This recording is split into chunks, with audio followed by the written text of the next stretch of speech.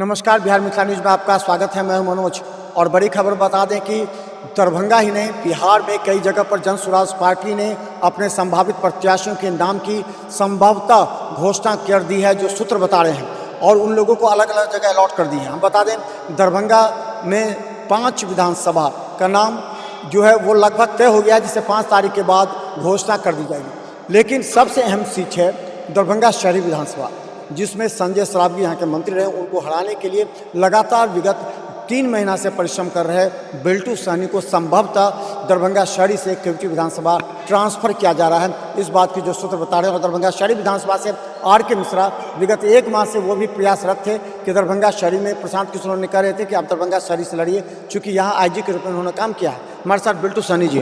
बिल्टू जी, आपका स्वागत है। बहुत बहुत धन्यवाद। मिथिला मंच न्यूज के इस इंटरव्यू के अवसर पर मैं बिल्टू सहनी जनस्वराज के एक कार्यकर्ता के नाते मैं हार्दिक अभिनंदन एवं वंदन करता हूं। अच्छा बिल्टू जी, ये आपने 3 महीना लगातार दरभंगा शहरी विधानसभा में काम किया था, तो ये पॉलिटिकली सिचुएशन को किस तरह ट्रांसफ़र किया गया, किस तरह किया गया? मनोज जी, मैं आपको जानकारी कर दूं, जो प्रशांत किशोर के नेतृत्व में विगत 2.5 साल से पूरे बिहार में जनस्वराज अपना गली गली एक एक मोहल्लों में जाकर के काम कर रही है। उसी क्रम में 243 विधानसभा क्षेत्र पर जनस्वराज को लड़ना है। सारे प्रत्याशियों ने, मैक्सिमम प्रत्याशियों ने अपना अपना भाग्य आजमाने के उद्देश्य से आवेदन किया हुआ था। सारे लोग अपना प्रक्रिया में चल रहा, अभी तक चल रहा है। आज से पूरे बिहार में जो हमारा एक इस चुनावी कैंपेन के अंतर्गत, चुनावी अभियान रणनीति के तहत जो हमारा कैंडिडेट का घोषणा करना है, उसके तहत आज से एक वोटिंग के आधार पर ही एक नाम का भी टिक लगाने का कार्यक्रम आज से पूरे बिहार में शुरू हो रहा है। दरभंगा में भी शुरू हो रहा है। चूँकि मैं दरभंगा प्रमंडल का एक चुनाव समिति का संयोजक हूँ, प्रमंडलीय संयोजक। दरभंगा और मधुबनी दोनों जिला में मुझे काम करने का 20 विधानसभा सीट पर अनुभव रहा है। उसी क्रम में चूँकि मैं भी एक दरभंगा के शहरी विधानसभा क्षेत्र से मैं एप्लीकेंट आज के भी डेट में हूँ, लेकिन हमारा जो सामाजिक वर्गीकरण है, जो हमारे जनस्वराज प्रशांत किशोर का जी का सोच है, जो पहले से ही कहा हुआ है कि जिस जाति की जितनी संख्या है उसी आधार पर हम 100 का सीटों का बंटवारा होगा। आज 2 साल पहले, आज से 2 साल पहले जो बातें हमारे माननीय प्रशांत किशोर जी ने कहे कैंडिडेट चुनाव के लिए, जो जनता के बीच जनता के द्वारा चुने हुए लोगों को ही कैंडिडेट बनाएंगे, वह उसे पूरा चरितार्थ कर रहे हैं। आपको फिर शहरी विधानसभा से कोयटी ट्रांसफर किस मुद्दे पर किया गया, उनका तर्क क्या था? नहीं, तर्क कुछ नहीं, सामाजिक समीकरण में लग रहा है जो कि हो सकता है कि वहाँ का, चूँकि अति पिछड़ा का सीट 2 करना है, कन्फर्म है, तो अति पिछड़ा का जो मूल्यांकन हुआ तो हो सकता है कि प्रशांत जी के नज़र में केवटी में अति पिछड़ा का संख्या ज़्यादा हो।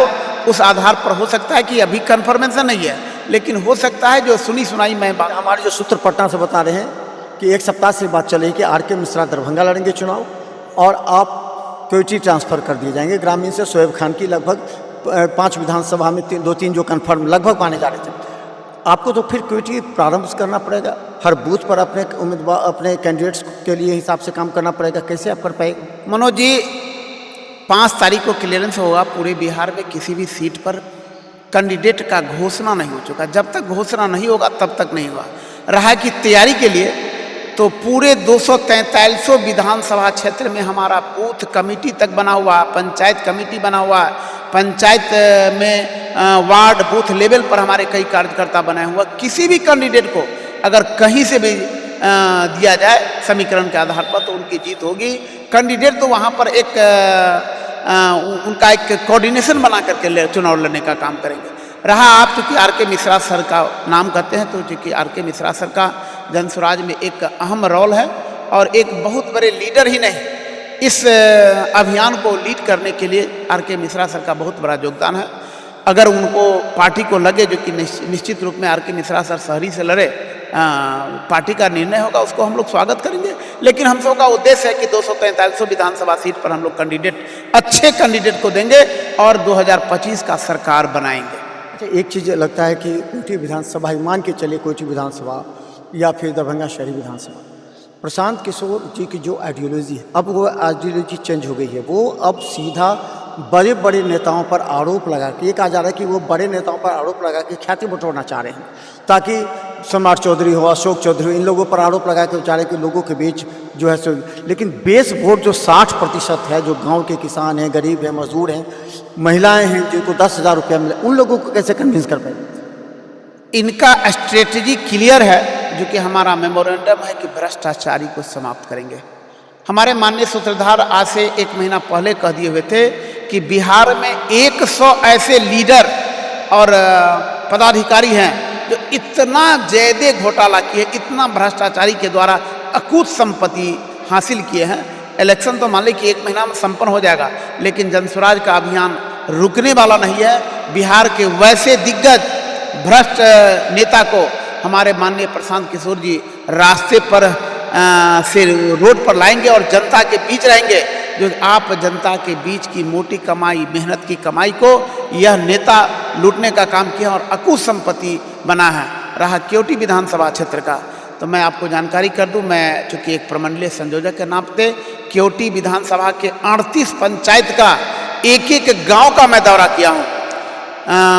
विकास तो 100% नील है, जबकि वहां पर या तो आरजेडी के ही विधायक बना करते थे या नहीं तो बीजेपी गठबंधन के विधायक बना करते थे। विनम्रता है कि प्रयास रहता है वहाँ के लोगों में, जो मैं नए कैंडिडेट को मैं चुनाव जिताऊं, लेकिन 2 ही पार्टियां था, बीजेपी गठबंधन और आरजेडी गठबंधन।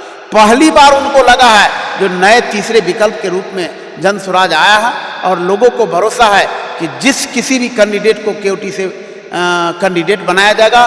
दरभंगा 10 विधानसभा में सबसे ज़्यादा वोटों के अंतर से केवटी विधानसभा। आप केवटी लगभग, जब सूत्र हमारे पटना से बता रहे हैं कि लगभग तय हो गया है, तो केवटी में आपने सर्वे किया होगा, ये सर्वे रिपोर्ट क्या बता रहा है? क्या आपको स्थानीय नेताओं का भी सहयोग होता है? क्या स्थानीय नेताओं का सहयोग मिल रहा है, या फिर अति पिछड़ा में जो नेता है उनका सहयोग मिल रहा है?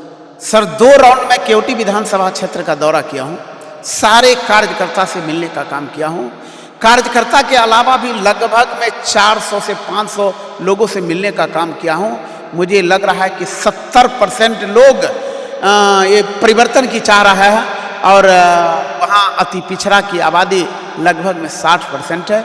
लोग ब्राह्मण कैंडिडेट से उब चुके हैं, यादव कैंडिडेट से उब चुके हैं। लोग चाह रहे हैं कि तीसरे विकल्प के रूप में कोई नया कैंडिडेट आ जाए, और यदि मुझे केवटी विधानसभा सीट के लिए यदि मुझे लड़ने के लिए कहा जाएगा, तो मैं दावे के साथ कर रहा हूँ कि दरभंगा 10 विधानसभा क्षेत्र में सबसे ज़्यादा चेहरे पर मुस्कान रहेगी ना? अचानक ट्रांसफर पर बोल्ड रहेंगे?